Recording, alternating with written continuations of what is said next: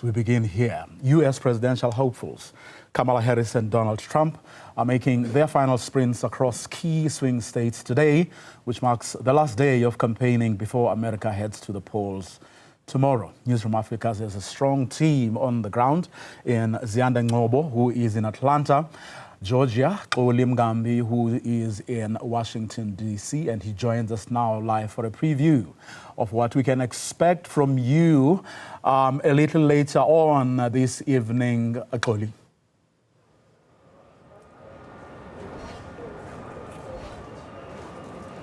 Vuyo, good afternoon to you, and it is a little after 10 o'clock here in Washington, D.C. It is the seat of government. Behind me is the White House, and as you mentioned, the two candidates vying for those last-minute undecided votes. Over the last 24 hours, Donald Trump predicting a quote-unquote landslide victory, while Kamala Harris, on the other end, is saying that we have momentum. And again, Vuyo, I've got to stress to you that the pollsters, and this is something that is still relied upon in America, even though they have disappointed in the past, but they are still relied upon in terms of gauging the temperature as to who has the edge over the other. And at the moment, it is still, Vuyo, neck and neck, and it is going to make it for a very interesting outcome, therefore, particularly given the counting, because the officials are saying that they are not going to leave anything to chance.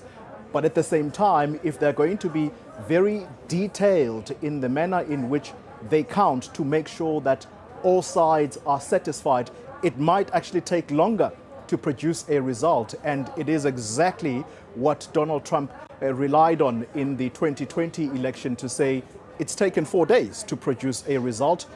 Is there possibly stealing here?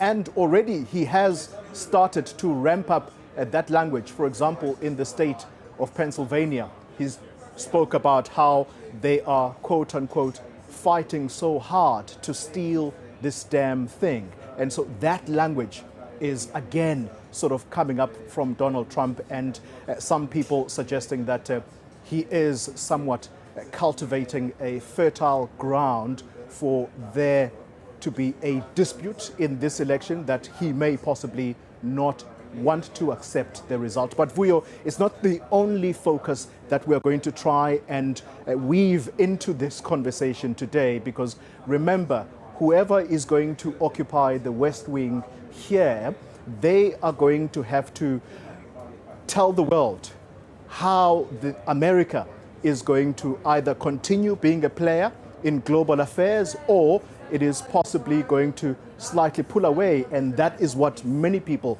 are going to remember about Donald Trump, that the unfinished business from his end. Remember, he said that he wanted to pull America out of the World Health Organization. He wanted to reduce funding for the United Nations and the North Atlantic Treaty Organization, NATO. On the other hand, Kamala Harris, the understanding is that she may possibly continue with the Biden policies, and this is somewhat the very thing, Vuyo, the foreign policy outlook of America. It's what has gotten her flack because of her link to President Biden, because just interestingly, yesterday she was addressing an Arab American community in Michigan and trying to reassure those people that the Gaza war, she is actually going to try and end it. But you will know how America has been criticized for supporting Israel despite what is happening in Gaza, the